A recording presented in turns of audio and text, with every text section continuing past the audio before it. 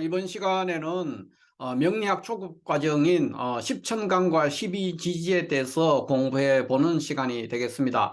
십천간과 십이지지는 명리학을 구성하는 가장 기본적인 알파벳과 같은 것이라서 누구나 이거에 대해서 모르는 사람은 사실 거의 없다고 봐도 과언이 아니지만, 또 동시에 십천간과 십이지지를 제대로 알고 있는 사람도 많지 않다, 이렇게 말할 수 있습니다. 그렇기 때문에 이것이 십천간과 십이지지를 제대로 이해한다는 것이 그만큼 어렵다는 겁니다. 그러니까 누구나 십천간과 십이지지, 그러니까 가불병정 무기경신 임계와 지지에서는 자축인묘 진사오미 신유 수레가 십이지지를 구성한다는 것은 누구나 알죠. 그런데 이것들에 대해서 또 깊이 있게 알고 있는 사람들은 또 많지 않습니다. 또 이것을 제대로 안다는 것은 십천간과 십이지지의 어떤 그 의미와 작용에 대해서 제대로 깊이 있게 안다면 또 명리학의 공부가 끝났다고 볼 수도 있습니다. 그만큼 이 간지로는 가장 기초적이면서도 굉장히 고급스러운 어떤 과정이 될 수가 있기 때문에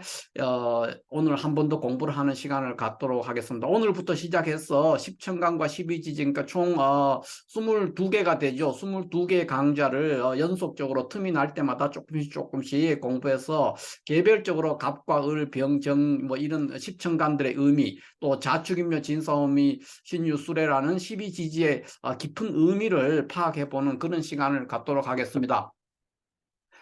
이전 시간에 이 유튜브 방송의 초기에 초급 과정에서 이미 십천간과 십이지지의 개별적인 의미라든가 작용에 대해서 어느 정도 제가 여기서 강의를 한 적이 있기 때문에 또 제 강의가 아니더라도 뭐 도처에 교재라든가 이 십천간과 십이지지에 대한 강좌들은 많이 있기 때문에 제가 언급할 필요가 없을 것 같기도 하지만, 그럼에도 불구하고 십천간과 십이지지에 대해서 그것이 어떻게 유래가 됐고 그것들이 가지고 있는 깊은 내면적인 어떤 의미, 그것이 뭔가에 대해서는 아는 사람이 실질적으로 많지가 않습니다. 그래서 제가 오늘 한 번 더, 일종의 오늘부터 하는 이 강좌는 십천간과 십이지지에 대한 어떤 그 심층학습 과정, 이렇게 이해하면 될 것 같습니다. 그러니까 완전한 초급이 아니라 좀 더 깊이 있고 또 간지학의 어떤 그 간지론에 관한 어떤 역사, 유래, 이런 것들에 대해서 한번 살펴봄으로써 십천간과 십이지지를 좀 더 깊이 있게 이해할 수 있는 그런 시간을 갖도록 하겠습니다. 십천간과 십이지지를, 개별적인 십천간과 십이지지를 충분히 이해를 해야만이 사주를 해석하거나 통변하거나 할 때도 수월하게 할 수 있다. 이거를 제가 강조하고 싶고요.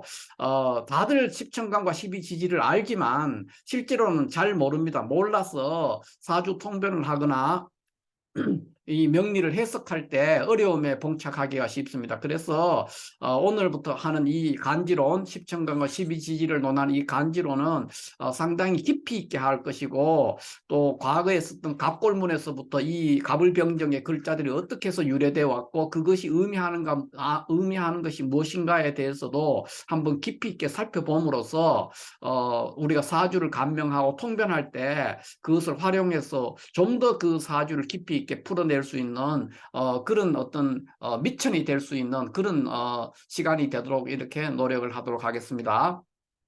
먼저 이 간지론이라는 것은 간과 지로 이루어지는 것을 말하는데, 간지라는 것은 이제 천간은 이렇게 갑을병정 무기경신임계라는 10개로 이루어졌습니다. 이거를 십천간이라고 하는데, 이것이 뭐냐 하면은 오행, 이 목화토 토금수라는 이 5개 오행, 이 오행을 각각 음과 양으로 나누어 둔 것이 십천간입니다. 십천간의 이 갑을병정 무기경신임계라는 것은 누구나 알지만은 그것이 오행을 음양으로 나눠 가지고 분류해 놓은 것이다, 이렇게 이해하기는 또 하는 분들이 또 많지 않다는 거죠. 그냥 갑을병정 무기경신임계는 누구나 알죠. 그런데 그것이 이게 뭔데, 이것들이 뭐냐 했을 때 이것도 결국은 오행의 한 부류라는 거죠. 오행 목화토금수를 각각 음양으로 이렇게 구분해 둔 것이 십천간이다, 이렇게 볼 수가 있고요. 지지는 12개가 됩니다. 12지지라고 하는데, 이 12지지는 왜 천간은 오행을 음양으로 나누면은 10개가 되고, 지지도 역시 오행을 음양으로 나눈 겁니다. 오행을 음양으로 나눴고 천간도 오행을 음양으로 나눈 것이 그러니까 5행을 음양을 나누니까 10개가 되죠. 그런데 지지는 5행을 음양으로 나누는데도 12개가 됩니다. 그러니까 왜 천간은 10개고 지지는 12개냐 이런 의문이 생기는데 그 이유는 지지는 땅에 있는 어떤 사계절을 구분을 해야 되기 때문에 우리가 봄의 흙과 여름의 흙과 가을의 흙과 겨울의 흙의 종류가 다 다르죠. 그렇기 때문에 네 계절의 토가 들어감으로 인해서 총 12개가 됩니다. 사계절마다 각각 종류가 다른 흙이라는 토를 배분을 하다 보니까 결국은 천간은 10개로 끝나지만 5행을 음양으로 나눴을 때 천간은 10개로 끝나지만 지지는 5행을 음양으로 나누는데 네 계절이라는 그 사계절을 넣다 보니까 12개가 됐다. 그래서 10천간 12지지 이거를 합쳐서 간지다 이렇게 이제 표현을 합니다. 간은 천간을 말하고 지는 지지를 말하는 겁니다. 그래서 이것들은 원래 이제 아주 옛날에는 갑골문 그러니까 그 동물의 뼈나 거북이 등껍질에다가 글씨를 새겨 가지고 점을 쳤습니다. 그게 이제 불에 구워서 뼈가 이렇게 갈라지는 그 모습을 보고 점을 쳤는데 그 갑골문에 이것은 원래 갑골문이라는 거는 은나라 그러니까 쌍나라죠. 쌍나라 은나라라고 하고 쌍나라를 하는데 원래 나라 이름은 쌍나라가 되겠습니다. 쌍나라의 수도가 은허였는데 은허에서 이것이 많이 발굴됐기 때문에 이거 갑골문 그러니까 그 뼈에 그러니까 거북이 그 껍질이나 동물의 뼈에다가 그 글씨를 썼는 그래서 점을 받는 그 뼈 조각들이죠. 거기에서 주로 쓰였죠. 이 간지가 주로 쓰였는데 그때는 어떤 식으로 했냐면 날짜를 표현하는 방법으로만 썼습니다. 다른 식으로는 쓰지 않았고 지금처럼 명리 이런 데 활용된 것은 아니죠. 그냥 날짜를 표현하는 하나의 수단으로서 간지가 사용이 됐다 이렇게 볼 수가 있습니다. 그런데 먼저 이런 과정이 음양과 오행의 과정을 볼 것 같으면은 하늘의 숫자를 보통 5로 보고 땅의 숫자를 6으로 이렇게 동양에서는 이렇게 보는 성향이 있었습니다. 그래서 하늘의 숫자 5에다가 각각 음양을 부여하니까 10천간이 되고 땅의 숫자 6에다가 각각 음양을 부여하니까 12가지 12지지가 됐다. 이렇게 볼 수가 있고 이 천간과 지지에서도 이제 이 간이라는 것은 하늘, 지라는 것은 땅을 나타낸다. 이렇게 볼 수가 있습니다. 그러면 이 간지라는 것이 어떻게 기원이 됐냐? 이렇게 봤을 때 우리가 뭐 가불병정 무기경신임계 이런 거라든가 자축인묘 진섬 신유수 이런 것들의 기원이 어디서 왔냐? 서역에서 왔다는 설이 있습니다. 여러 설이 있는데 이것뿐만 아니라 뭐 간지의 기원에 대해서는 굉장히 많은 학설들이 있죠. 그런데 그 중에서 이제 좀 독특한 것이 서역에서 왔다. 그러니까 지금으로 말하면 중동지방이죠. 중동지방에서 넘어온 것이다. 중동에서 점성술이 굉장히 발달하고 있었기 때문에 거기에서 온 것이다. 간지라는 것이 이런 설이 있습니다.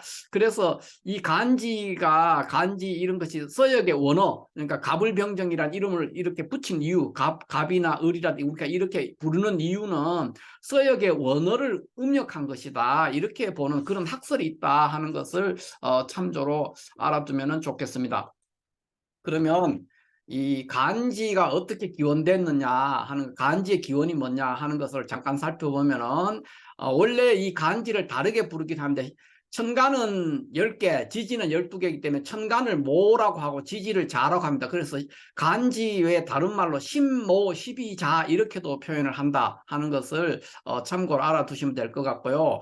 천간이 주장하는 것은 나무로 말하면 나무의 줄기고 지지는 나무의 가지가 됩니다. 그래서 천간은 주관하는 것이고 지지는 그것에서 이제 업무 분장이 돼서 실질적으로 현실에서 구현하는 것이죠. 그래서 우리가 사주를 볼 때 뭐 갑자 이런 간지가 있으면은 이 천간은 기획하고 계획하고 주관하는 어떤 전체적인 것을 관장하는 것이고 지지는 어떤 현실이다. 천간은 천간이라는 것은 이미지 또는 상상, 이상, 뭐 계획 이런 것이라면 지지는 현실이요, 그 구체적인 것 그런 것을 의미한다고 하는 것이 이런 데서 나왔습니다. 그러니까 천간 이렇게 할 때 이걸 또 간지라고도 표현하는데 간은 줄기고 나무의 줄기를 말하고 지지는 나무의 가지를 말하는데 간이라는 게 무엇이냐? 뭔가를 일을 주관하고 계획하고 전체적인 어떤 기획을 하는 어떤 그런 것을 간이라고 하고, 지지는 그것을 임무를 분장받아서 실질적으로 현실에 구현하는 걸 말합니다. 그래서 천간은 이상이고 지지는 현실이다, 이런 말을 하는 이유도 이 간지에서 유래하는 것이다, 이렇게 이해하면은 틀림이 없겠습니다. 고대에는 원래 이제 간지를 이렇게 정했는 것들이 천체의 운행, 하늘의 어떤 별자리들의 운행과 관련해서 이해를 많이 했습니다. 그래서 목성의 위치에 따라서 달, 그러니까 월이죠, 월, 이 달, 하늘에 있는 달을 그러니까 1월, 2월, 3월, 4월 이런 거 월을 정했다, 이런 설도 있고, 북두칠성 자루가 가리키는 것을 12개로 쪼개가지고 그걸로 달을 정했다는 이런 설도 있습니다. 그래서 어쨌든 간지는 천체 운행과 관련해서 굉장히 유기적인 의미를 가지고 있었다, 이렇게 이해를 하면 될 것 같고요.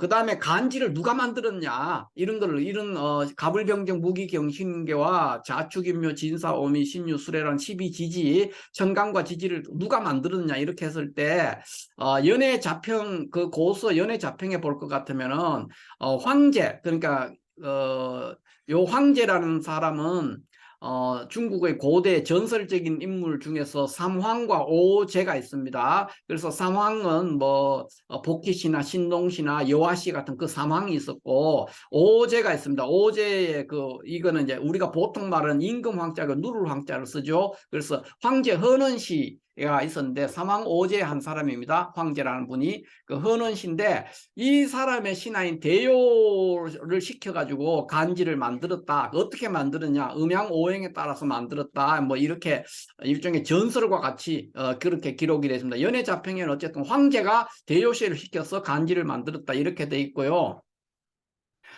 참고로 이제 그 한나라라는 것은 기원전 2세기, 그러니까 BC 2세기에서부터 기원 후 AD 2세기, 요때 존재했던 400년 동안 존속했던 이제 제국인데, 이 한나라 때 있었던 채옹이라는 사람이 쓰는 원령장구라는 책이 있는데, 원령장구에 보면은 그 가불, 그러니까 천간에는 가불로 시작해서 해에다 이름을 붙인 거, 그러니까 천간이라는 것은 해에다가, 하늘에 있는 해에다가 이름을 붙인 것이고, 지지라는 것은 자축으로 이렇게 시작하는데 달에다가 그러니까 하늘에 있는 달에다가 이름을 붙인 것을 지라고 한다, 이렇게 설명이 되어 있습니다.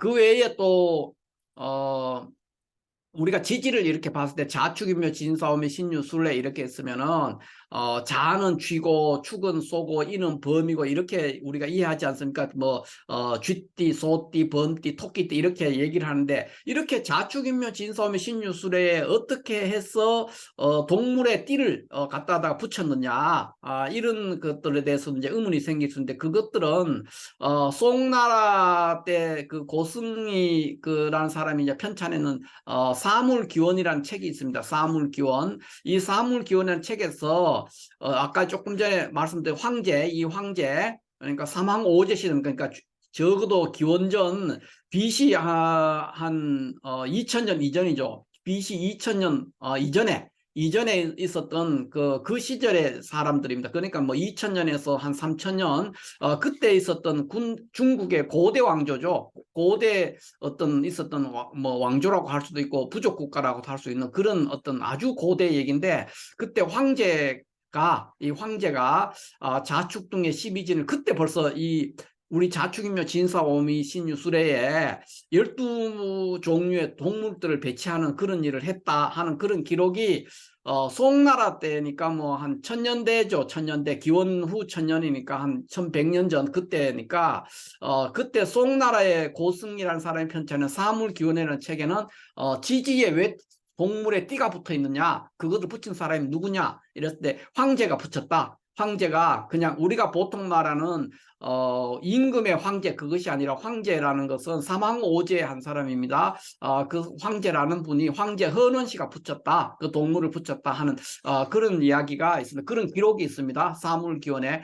이것이 이제 전체적으로 개략적으로 우리가 살펴보는 간지론의 구성이 어떻게 되고, 간지의 구성이 어떻게 되고, 그 다음에 간지의 기원, 이 기원은 어떻게 되냐 하는 것에 대해서, 이게 외에도 뭐 많은 학설들이 있지만은 개략적으로 정리를 해야 할 때는 이런 것들도 조금 상식적으로 알아두는 것이 필요하기 때문에 오늘 한번 공부를 해봤고요.